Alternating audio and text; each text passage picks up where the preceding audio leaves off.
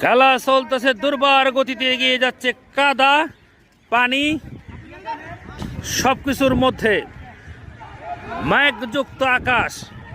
What a shot! এরকম একটা দুর্দান্ত শট রুখে দিল পল্টনের একাদশের গোলকিপার বাবু ভাই, রজনীগন্ধা স্পোর্টিং ক্লাবের বর্তমান অধিনায়ক। দুর্দান্ত একজন মানুষ, এই বয়সে তরুণদের সাথে পাল্লা দিয়ে বীর দর্পে খেলে যাওয়া চারটাখানি বিষয় না। থাকতে হবে ফিটনেস, স্ট্রং মেন্টালিটি, বহুত তার আছে। বাবু ভাই দ্য স্ট্রাইকার কিং।